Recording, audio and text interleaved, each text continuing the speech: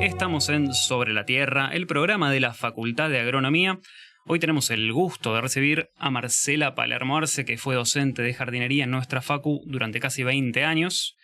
Y con Marcela vamos a charlar sobre los árboles de Buenos Aires. Y vamos también a destacar algunos ejemplares notables. Esos árboles gigantes que nos sorprenden en veredas, en parques y en plazas de nuestra ciudad. Y también, de la mano de Marcela, vamos a viajar en el tiempo para conocer momentos y personajes fundamentales de nuestro arbolado urbano. Hola Marcela, gracias por estar en Sobre la Tierra, sobre todo con este chaparrón y con este día. Gracias por venir. No, muchas gracias a ustedes por invitarme. Bueno, para arrancar la entrevista entonces, nos gustaría hacer un breve repaso sobre el arbolado que tenemos en la ciudad. ¿Nos querés contar? Bueno, la ciudad de Buenos Aires, como muchas otras ciudades, es una ciudad cuyo arbolado está construido a base de los intereses de las comunidades que habitan esa ciudad. Entonces es importante tener en claro eso, ¿no? Que los árboles que tenemos en la ciudad los elegimos nosotros. A lo largo de la historia de la ciudad tenemos distintos intereses, tenemos distintas preocupaciones. Un día como hoy que llueve intensamente, veníamos por algunas calles donde no había árboles, entonces la lluvia caía de golpe arriba del auto y en otras la lluvia era minorada por el canopeo, ¿no? En esta situación de crisis que estamos teniendo, los árboles son muy importantes. Y quizás por eso la gente comenzó a cambiar de a poco su percepción. La ciudad de Buenos Aires hoy en día tiene alrededor de 430.000 árboles. Y eso según el último censo, que fue el censo 2017-18. Y así toda la ciudad de Buenos Aires está haciendo un censo nuevo actualmente para actualizar esa información. Y de esos 430.000 árboles, unos 370.000 son los que componen el arbolado viario, lo que está en calles y avenidas. Y el resto está en los espacios verdes públicos. No es lo mismo cuando uno elige el árbol para la calle que los árboles para los parques, porque prestan distintos servicios y requieren distintas elecciones para adaptarse a esas situaciones, pero en términos generales la ciudad de Buenos Aires tiene un muy buen canopeo, que es lo que hoy en día se evalúa en función de la prestación de servicios del bosque urbano, que es como se le llama hoy al arbolado urbano. Perdóname, sí. Ahí le pedimos cosas diferentes, ¿no? O sea, vos decías que tienen diferentes demandas los árboles según la ciudad. Cuando hay árboles en las calles, imagino que lo que buscamos es que sean frondosos, que nos den sombra, tal cual, etcétera, y que quizás en parquizado no le pedimos eso, ¿no? En los espacios verdes vos podés tener árboles que sean, qué sé yo, que tengan formas más amplias, los podés dejar expresarse. El arbolado de la calle vos tenés que manejarlo siempre para adaptarlo a las condiciones de la calle, que además es una cosa que cambia permanentemente. Yo vivía en un barrio donde eran todas casas bajas y hoy tengo edificios de 8 pisos. Los árboles son los mismos, pero tuvieron que ir readaptándose a esa circunstancia en donde cambia el ambiente. Y al cambiar el ambiente, los árboles tienen esa fabulosa habilidad que a veces a nosotros nos falla. ¿Qué es eso? Es poder acomodarse a esa nueva situación para seguir vivos y sobreviviendo. Así que bueno, la ciudad tiene, por otro lado, yo estoy trabajando ahora en todo lo que es análisis de biodiversidad del arbolado. Y estuve trabajando buscando comparaciones con otras ciudades del mundo, y es notable la altísima riqueza del arbolado de la ciudad de Buenos Aires, porque si bien tiene un problema que es histórico, que tiene un 36% de fresno, ¿no? De fresno rojo americano. Y eso no está bueno porque las reglas dicen que uno no debería exceder un 10%. Está sobre representado. Está recontrapasado. Pero como tiene muchas intervenciones a lo largo de toda su historia, oficiales y no oficiales, porque los vecinos también son plantadores, ha logrado tener hoy en día 423 especies. Y eso no es comparable con casi ninguna ciudad del mundo.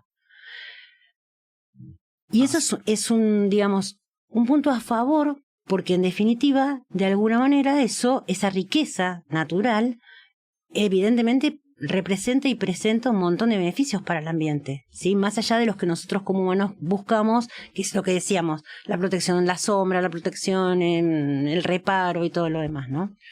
Así que algunos perjuicios en el monocultivo que nosotros hablamos, no sé, habitualmente en el ámbito agropecuario, en la ciudad con poca representación de muchas especies, o que una especie esté sobrerepresentada, es un problema también. Sí. ¿Por qué? Perdón. ¿Por qué y es un sobre problema? todo porque desde hará más o menos unos te diría unos 15 años, hay muchas especies que se empezaron a ver afectadas por plagas que empezaron a desplazarse de las zonas más cálidas, porque la ciudad de Buenos Aires casi no tiene plantas autóctonas de la región rioplatense. Tenemos exóticas europeas, exóticas asiáticas, plantas nativas procedentes de las zonas subtropicales, del noroeste del país. Las autóctonas se fueron, digamos, son muy poquitas y se fueron y se conservan más que nada en ciertos espacios verdes, ¿sí? Porque aparte son plantas que tienen, qué sé yo, espinas, formas más tortuosas, como los ceibos, ¿no? O que son de follaje persistente, que para el arbolado de la calle en la ciudad de Buenos Aires no es una condición positiva, digamos. Entonces, digamos, hay poca representación de esas especies y así todo, bueno, la ciudad llega a tener una gran diversidad. El tema de la reducción del fresno es algo que es histórico, que desde el censo del 2001 se trata de morigerar, y bueno, a veces con mayor efecto y otras veces con menos. Claro. ¿Y recordás, además del fresno, las principales especies en ciudades y el resto de las especies y en parques? ¿Sí, las más conocidas? Los plátanos, los tilos, los viejos paraísos, los jacarandá, los palos borrachos, que no son de viarios, sino son de parques, digamos, esas especies fluctúan entre un 9 y un 4%. Y después subieron muchas especies que se incorporaron a partir del 2005 que eran novedosas para la ciudad. Algunas que dieron muy buenos resultados, exóticas sobre todo, algunas nativas también, y otras que no tanto. Uh-huh. Y en el último plan maestro, que si no me falla la memoria es del 2022-23, porque lo hicimos durante la pandemia, ahí se incorporaron un montón de especies autóctonas de la región para que comenzaran a producirse, porque es esencial que se produzcan para poder llevarlas en tamaño y forma al arbolado de alineación. Clarísimo. Bueno, estando trabajando tanto tiempo de docente en esto y sabiendo de árboles, imagino que cuando la gente se entera, se te acerca y te hace preguntas de todo tipo porque, bueno, genera mucha fascinación y atractivo el tema de los árboles. Y quería saber cuáles eran las preguntas o comentarios más frecuentes que te hace la gente. Cuando estás en una fiesta, ¿viste? Yo tengo una hermana médica, entonces yo le digo, ella se sienta en una mesa, yo en la otra y la gente nos viene a hacer consultas. A mí me encanta. Y de hecho los otros días me encantó, fui a dar una clase y dijeron, uy, la señora de los árboles. Claro. Entonces todo el mundo te viene a preguntar, ¿lo planto, no lo planto, lo podo, no lo podo, está enfermo, no está enfermo? Eso en términos generales así. Y al mismo tiempo vos te das cuenta... existe la fascinación por las plantas, ¿no? Que es sí, claro. un grupo de gente loca que nos gusta las plantas, ¿no? Como cuando vos le empezás a contar los secretos, ¿no? De los árboles y de la vegetación en general, la gente también empieza a acercarse a comprenderlos de otra manera. Entonces, como yo casi siempre en la gestión del arbolado público trabajé en lo que fue el desarrollo de generar un protocolo y una forma de mantenimiento y una forma de organizar el registro, les gusta venir y preguntarme, che, ¿quién plantó tal árbol? ¿No me contás la historia de tal otro? Pero bueno, también en términos generales recibís las quejas, ¿no? Habituales de me podaron, me sacaron, mira lo que hicieron. Y de hecho yo también me quejo todo el tiempo. Y con los estudiantes, nosotros con mi compañera entrañable Gabriela Benito, desarrollamos una materia que es, de hecho hay un trabajo que también está publicado por la facultad, que es una materia que educa específicamente a los técnicos en jardinería en la gestión y en el manejo de los árboles urbanos, ¿no? Y eso le dio a los técnicos, de hecho, nuevas incumbencias para sus títulos. Hoy en día las plantillas de casi todas las direcciones de arbolado, tanto en la Ciudad de Buenos Aires, en el AMBA y en otras zonas del país, llaman a nuestros técnicos por la buena capacitación. Y los ingenieros, la gente de paisaje, también se fueron interesando en el tema del arbolado y la facultad les prestó capacitación, ¿sí? Porque sobre todo porque la facultad tuvo mucho tiempo convenios y a través de esos convenios facilitaba, digamos, la capacitación para las personas, para los estudiantes interesados. Así que, si bien todo el mundo tiene quejas, estamos muchísimo mejor que hace muchos años. Y sobre todo porque no solamente tomamos lugares técnicos dentro de la gestión, somos inspectores, somos evaluadores, manejamos cuadrillas, sino que también empezamos a adentrarnos, como me pasó a mí, en el trabajo de generar otras miradas dentro de la gestión. Además de esto de servicios ecosistémicos con más especies que decías, para vos hay más importancia en el tema de diversidad y, nativas.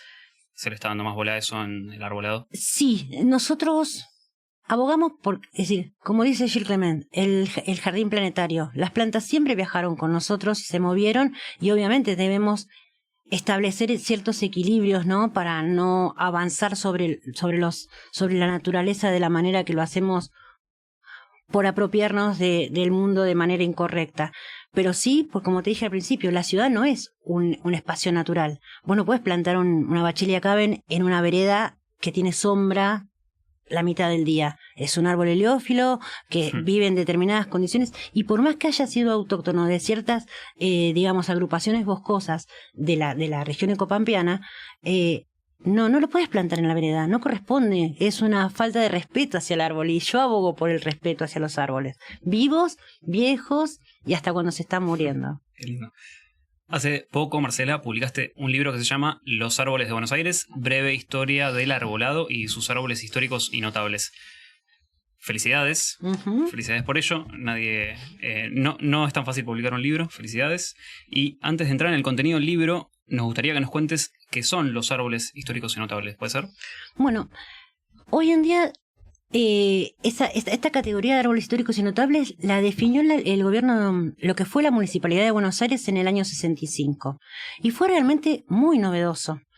No solamente porque generó una ordenanza para generar un registro de los árboles históricos, sino porque además agregó la categoría de notabilidad, que era algo totalmente vanguardista. Yo de estos últimos 10 años que trabajé en la gestión de arbolado patrimonial y que me dediqué a investigar estos temas, me costó muchísimo encontrar otras áreas que en el mismo momento estuvieran tomando las mismas decisiones. Entonces, de alguna manera, eso le dio generó para el arbolado de Buenos Aires toda una capita de protección que más que nada se manejaba en función de la publicación, de mantener esos árboles a cierto modo de resguardo y de mantenerlos, publicados para que la gente los conociera. Los árboles históricos y notables están dentro hoy en día de lo que se conocen como árboles singulares, y que son todos aquellos árboles notables, históricos, raros, monumentales, que por alguna característica sobresalen del resto de los árboles y que requieren un manejo y una protección especial.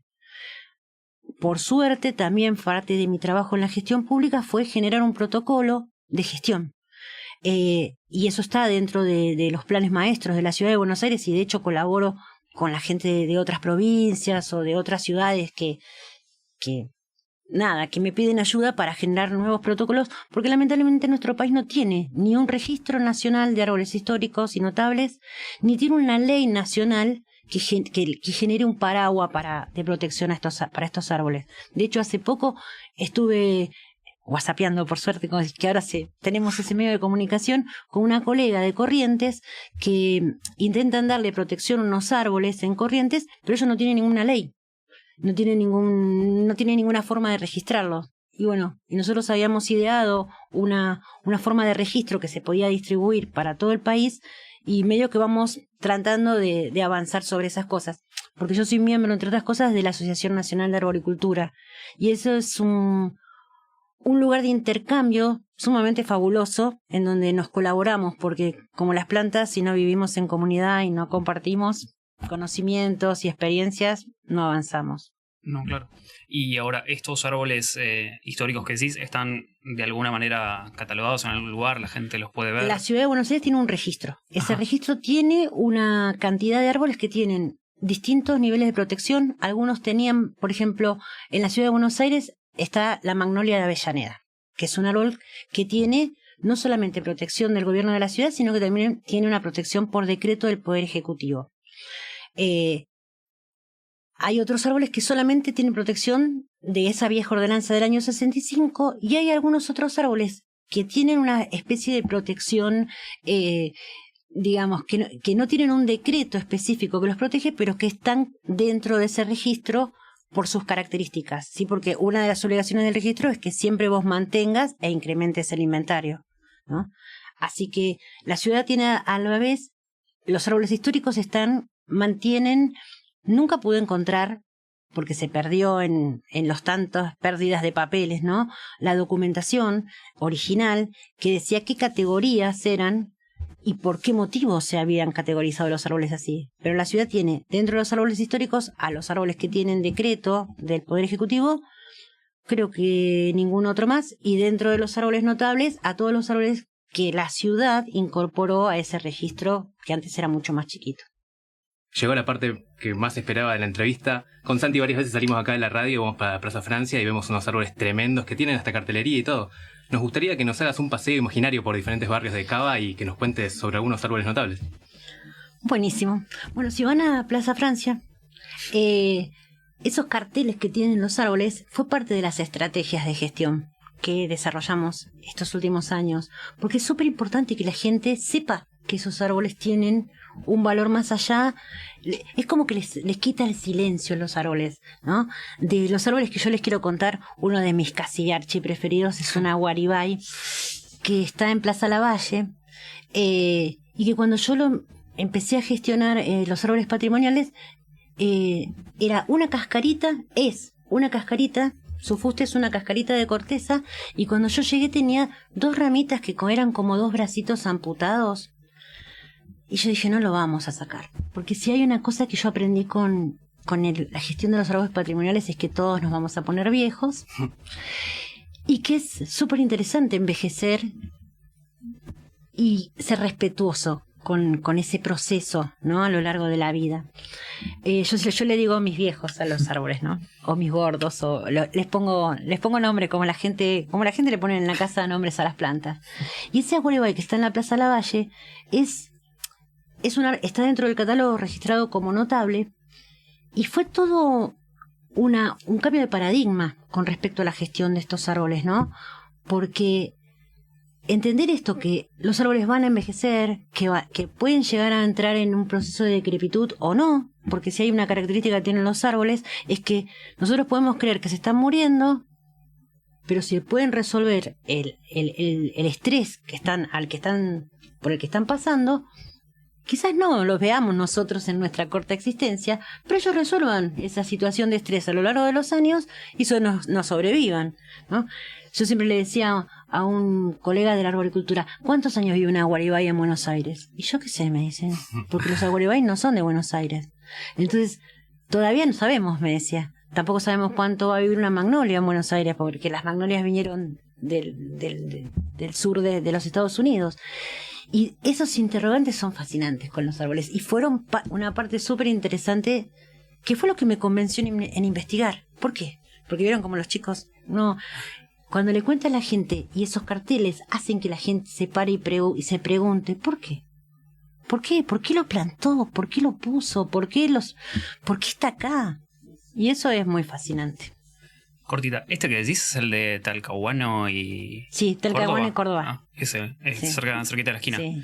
Y si vos pasas hoy en día, tiene una copa hermosa, frondosa, florece, fructifica. Le hicimos inclusive todo un sistema de apuntalamiento, que son formas estratégicas para gestionar esas cuestiones, digamos, biomecánicas que tiene debilitadas. Y yo en una época daba una charla de los árboles, del Día del Árbol ahí. Entonces les contaba a los chicos todas las cosas por las que había pasado ese árbol. Y los chicos se fascinaban, porque decía, tuvo adentro una heladera, guardaban adentro motos, tuvo un lugar del Gauchito Gil, lo prendieron fuego, vivieron personas, y acá está. Entonces yo le decía, cuando ustedes a veces no quieren levantarse a la mañana o no les gustan los deberes que les dieron, vengan y pregunten al árbol cómo hizo. Uy, dejó la vara muy alta este árbol. ¿Podemos seguir por otros del barrio cercanos? Y ahí en Plaza Francia también está el famosísimo, recontrafamosísimo Gomero de la Recoleta, que también, como ustedes habrán visto, está señalizado y tiene toda una serie de puntales para sostener esas enormes ramas que tiene. Hoy en día el Gomero está pasando por un proceso que es parte de la existencia del árbol, y sobre todo en una condición tan severa como la que vive, y que inclusive ya había atravesado un momento de estrés muy grande, creo que a fines de los 90, 2000, y que es que semejante mole, ¿no? Encerrada en ese pedacito, sobre todo después de un periodo de sequía muy extrema que tuvimos hace unos años, empezó a tener lo que se llama la bajada de copa. Se empezaron a secar las ramas altas. Pero el árbol, como no tiene pensado morirse, ¿qué hizo? Empezó a desarrollar una copa nueva, una copa baja, a la cual le puede, digamos, mover todos sus nutrientes, y decir, puede metabolizar, puede hacer todo lo que un árbol tiene que hacer para sostenerse vivo. Entonces, bueno, hoy en día la gente que gestiona ese árbol en particular tiene un gran desafío, que es aprender cómo llevar esa situación, teniendo en cuenta, por otro lado, que ese árbol está en un área de mucho uso, ¿no? Ahí abajo se sienta la gente, se va a sacar fotos, están los cafés, y uno tiene que saber gestionar la vida del árbol en relación a la vida de las personas, ¿no? Y el Gomero de la Recoleta es una parte del libro extensa porque tiene tantas historias inverosímiles que me encantó investigarlas. Ustedes van a ver que en el libro yo digo, todo esto es lo que digo yo ahora, después de 10, 15 años de trabajo, ¿no? Los invito a que sigan buscando, porque así como yo busqué y encontré, quizás más adelante quienes prosigan con mi trabajo, que tienen este pasito ahora, seguirán encontrando cosas y podrán contar nuevas historias de los árboles, porque los árboles, con cada árbol hay una historia y a veces esa historia responde a muchas cuestiones, ¿no?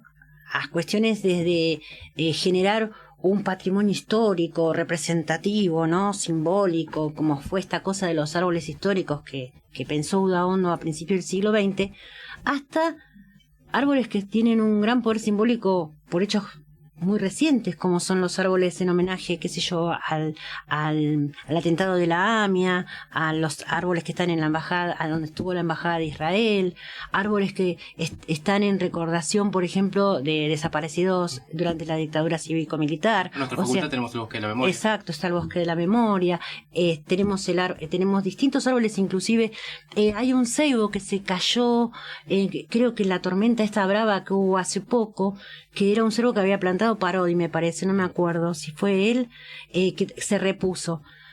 Ese vínculo que tenemos, yo creo que es de las cosas más fabulosas que tenemos, porque entre las ramas de los árboles nos vamos enramando entre generaciones. Por algo está ese famoso dicho, hay que escribir un libro y todo lo demás, ¿no? Creo que plantar un árbol es algo que uno no se debería perder en la vida. Todo lo demás es una decisión personal, pero esa no. Esa debería ser obligatoria. Me imagino esos árboles tienen un montón de secretos también, historias que van al paso abajo de sus ramas. Totalmente. Si nos quedamos un ratito mirando en la calle siempre pasan un montón de cosas. Imagínate estar 100 años en un lugar. Totalmente, ¿eso no te parece fascinante? Sí, impresionante. Yo siempre me pregunto eso, todas las cosas que habrán escuchado, que habrán visto, porque ellos no escuchan ni ven como nosotros, tienen otros sistemas de conocimiento del mundo, tienen otras inteligencias. Y como dice Gaby en el prólogo del libro, ¿no?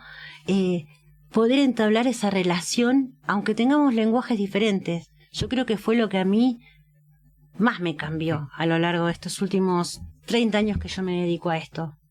¿Podemos seguir con otro árbol más antes de pasar a las diferentes etapas de... ¿Uno que tenga mucho chismerío o uno que sea... una categoría, por ejemplo, que tienen los árboles los árboles históricos y notables es que puede haber árboles retoños, ¿no? O sea, árboles que, por ejemplo, tenemos el retoño de Liberapita, que uno divino que está en la Plaza 25 de Agosto allá por Villa Ortúzar, y ese es un retoño del árbol de Artigas, que el pueblo uruguayo se dedicó a propagar ese árbol porque se cuenta que Artigas pasó sus últimos años en el exilio en una chacra donde había un gran iberá y a él le gustaba tomar mate a la sombra del iberá y era como su árbol preferido. Entonces el pueblo uruguayo en homenaje a Artigas propaga los iberá y los regala al resto del mundo.Nosotros tenemos dos, uno en la Plaza Uruguay y el otro que es el más ultra divino que está allá. Ese tiene como una historia tranquila. Y esa a su vez, pero después hay, por ejemplo, está la palmera de Avellaneda que está ahí con mis preferidísimos árboles del mundo que son los gomeros de San Martín de Tours. La palmera de Avellaneda tiene toda una historia falsa, porque digamos, la donó a Avellaneda, era parte de su finca, porque resulta que cuando él entra muy enfermo, el doctor le dice a la mujer que había que sacar la palmera. Y como él era amante de las plantas, le dijo, de ninguna manera.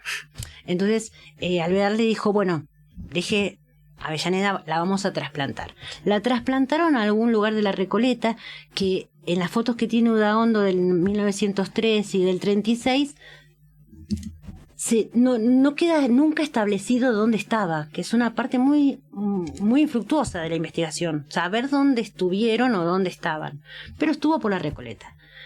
Cuando la trasplantan de lo de Avellaneda a la Recoleta, era una palmera datilera.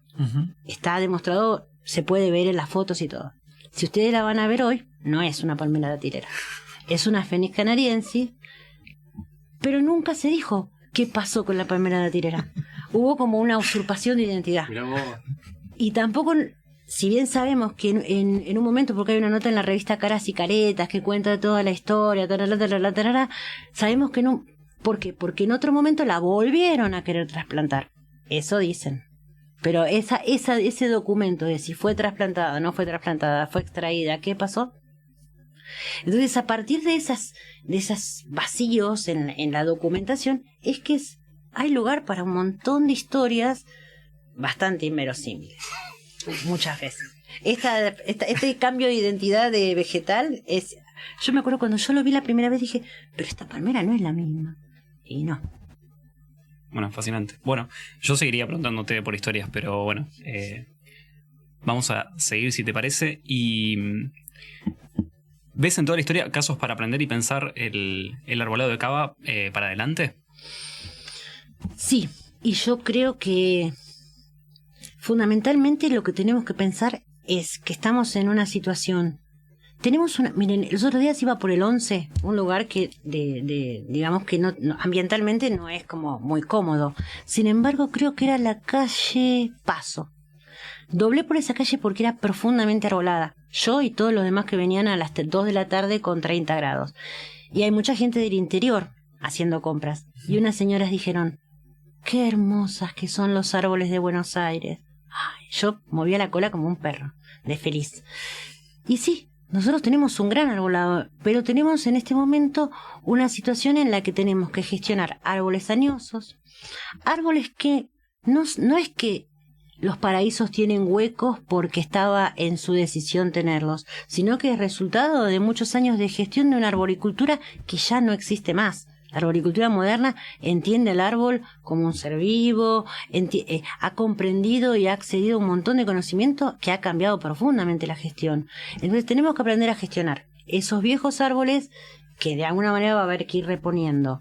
Aprender a cultivar árboles para reponer, porque este pedido de las especies autóctonas o nativas, ¿no?, que mucha gente tiene, muchas veces se ve limitado porque no hay viveros productores que, como te decía antes, generen árboles para la calle, que tienen que tener una medida, un calibre, una altura, una forma, ¿no?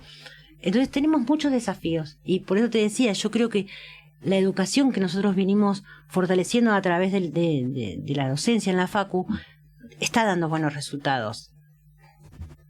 Recién, antes de volver acá un poquito a la actualidad, hacíamos un repaso de historia poniendo el foco en personajes, en árboles particulares. Nos gustaría que nos cuentes, ya que lo haces en el libro, alguna etapa que hayas pensado que es muy muy importante para la identidad del arbolado urbano de Cava. Yo creo que la etapa más importante, que es de hecho la que estamos disfrutando nosotros, empieza a fines del siglo XIX cuando se inicia la gestión estatal, la gestión municipal. Ahí, y por una cuestión coyuntural, ¿no? Era la Argentina moderna, hacia el capitalismo, digamos, de la Argentina agrícola poderosa. Y bueno, siendo Buenos Aires la capital de la nación, se ve desafiada a continuar con los modelos que había en el resto del mundo. De hecho, Sarmiento fue a Nueva York y volvió loco con el Central Park, y ahí tenemos el Parque 3 de Febrero, ¿no? Entre otras cosas. Entonces, digamos, ese periodo que se inicia a fines del siglo XIX tuvo a nuestro favor que tuvimos como un Dream Team de directores de arbolado, que no volvió a repetirse. Ahí empieza Courtois, que era un francés que llega a Buenos Aires, que ya trabajaba en Buenos Aires, fue nuestro primer director de paseos. Después viene Charles Taís, ¿no? El famoso Charles Taís, que es sucedido por el Benito Carrasco, que nosotros como gente de la facultad lo recontra reconocemos porque fue docente, ¿no? Y egresado de la facu. Después de Benito viene, si bien hay un periodo muy cortito que lo sucede su hermano, digamos, el otro gran director es el hijo de Taís, Carlos León. Y en ese periodo, que son más de 50 años, que es desde fines del siglo XIX hasta el año 42 o 46, no me acuerdo, de alguna manera se diseña, se planifica, se cultiva, porque ellos no dejaron atrás esa parte. La ciudad de Buenos Aires llegó a tener muchas hectáreas dedicadas al cultivo para los árboles que hoy nos dan sombra, que hoy embellecen los parques. Y eso yo creo que es emular ese periodo debería ser nuestro desafío. Me gustó que en la pregunta anterior también hablaste un poco de algunos mitos que andan dando vueltas por el tema de árboles. Acá mencionaste a Sarmiento. Estos meses fueron bravos para mucha gente que tiene alergia. Es imposible no preguntarte qué onda Sarmiento y los plátanos.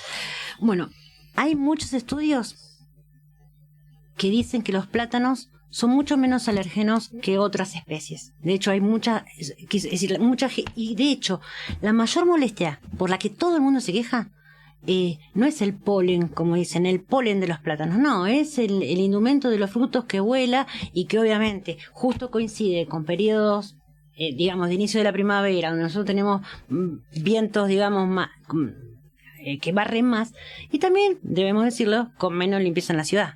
Porque si se limpiara más habitualmente toda esa cosa que generan los plátanos en las veredas, habría muchísimo menos problemas. Estos 2 años lo resentí eso. Me di cuenta que había pila de la altura de mi panza. Sí. Pelucita. Totalmente. Y que encima coincide muchas veces con las primeras lluvias. Entonces, no solamente que los plátanos generan un montón de molestias digamos, en los ojos, en la nariz, en la garganta. Yo, que no soy alérgica, también me quejo. Pero fundamentalmente, cuando uno elige una especie, también tiene que elegir cómo la va a mantener. Claro. Y dentro del mantenimiento de la especie, no solamente es el mantenimiento sobre el árbol, sino el mantenimiento de todos los diservicios que provoca ese árbol. Viste, la gente dice, ¡ay, hay que sacar todos los plátanos! Bueno, sí, moriremos mucho más rápido todos. ¿Y cuánta culpa tiene Sarmiento de todo esto? Sarmiento, pobre, se lleva el karma de los plátanos, porque en realidad él utilizó la especie que ya había sido introducida en las primeras décadas del siglo XIX, cuando los primeros, digamos, post-virreinato del Río de la Plata, comienza todo un periodo que es de fomento de la agricultura criolla, ¿no? Los criollos empiezan a darse cuenta que desarrollar la agricultura y la forestación dentro de la agricultura podía generar recursos importantes, no solamente la ganadería o el cultivo extensivo. Y Sarmiento utiliza el plátano sobre todo para las primeras plantaciones del Parque 3 de Febrero, porque cuando él siendo presidente, que se inicia la obra del Parque 3, no tenían recursos sobre todo para irrigación. Y el plátano es un árbol súper rústico, de crecimiento de moderado a rápido, que se arregló solo. Los plátanos en las calles son parte de las plantaciones masivas que se llevan adelante a través de las direcciones de paseo. O sea, varios años después que Sarmiento fue presidente. Así que no es verdad. Sarmiento trajo el eucaliptus. Y él era un gran amante de los árboles. Él arengaba planten árboles. De hecho, tuvo emprendimientos en el Delta, donde intentó, por ejemplo, hacer casas de madera, copiando el modelo americano, vieron, de los perfiles de madera.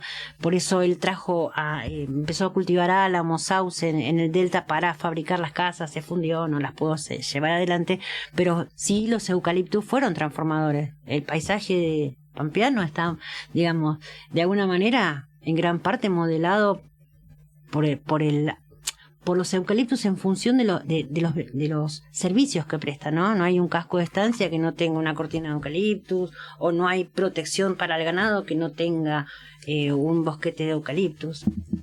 Así que con lo que nos contaste, lo que contaste al principio de la representación de los árboles, hay menos plátanos de lo que creemos y es un problema sobre todo de la gestión. Estamos fallando más en eso. Sí. Mi papá siempre decía, el que invente una vacuna, decía él, el que invente una forma de hacer crecer los árboles va a ser millonario. El que invente una forma de que los plátanos fructifiquen menos también va a ser millonario, junto con los electricistas que dijo el de Nvidia. Digamos, uno tiene forma de gestionar para que se produzca más fructificación. En el caso de los frutales, nosotros queremos más fruta para poder comer, y también para generar menos fructificación. Si vos tenés menos ramas, menos canopeo y controlás más el desarrollo de la fructificación, obviamente vas a tener menos molestias llegado el momento. Y también, yo hablaba con un colega, para mí este año también fructificaron más, quizás porque los árboles están muy estresados. Porque una respuesta al estrés es claro. la fructificación excesiva. Espectacular. Eso hoy no lo habíamos pensado, sí. Un último mito más que tenemos anotado acá que mencionás en tu libro es la pampa sin árboles. ¿Viste que dicen la pampa tiene el ombú? No, el ombú ya no es originario de la región ecopampeana, es originario de la zona del litoral, de Uruguay, del sur de Brasil. Y si bien había ombúes dispersos en las barrancas, la pampa, como lo dice su nombre, que proviene del quechua, era una especie de desierto graminoso, ¿no? Una estepa graminosa. Sabemos que la mayor competencia para los árboles son los pastos. Entonces los árboles y los pastos generan distintas comunidades. Los árboles dentro de la ecorregión estaban alojados en todo lo que era la cercanía de los arroyos, de las lagunas, en las barrancas, y por eso formaban agrupaciones boscosas muy definidas: los talares, los sausales, los bosques de alisos, y agrupaciones más mixtas, como eran las agrupaciones de la selva en galería. Digamos, la pampa tiene este concepto de la pampa como un espacio vacuo, vacío, ¿no? Que tiene como un lado muy verdadero y muy importante, ese peso enorme del cielo que sentimos cuando estamos en nuestro paisaje. También de alguna manera acarreó con, el punto de vista de la conquista, ¿no? Que siempre tuvo sobre los territorios conquistados un punto de vista pormenorizando sus valores, ¿no? Claro. Y el establecimiento en Buenos Aires de los españoles tuvo etapas muy complicadas.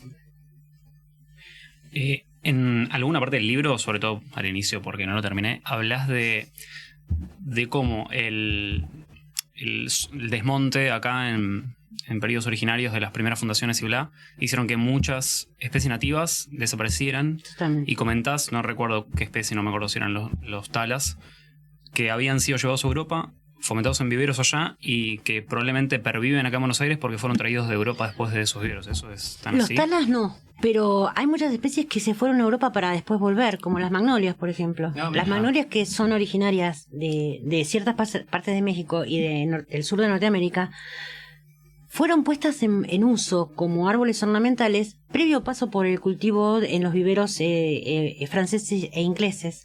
Entonces esa cosa, de hecho, a principios del siglo XIX traen sauce, de origen oriental.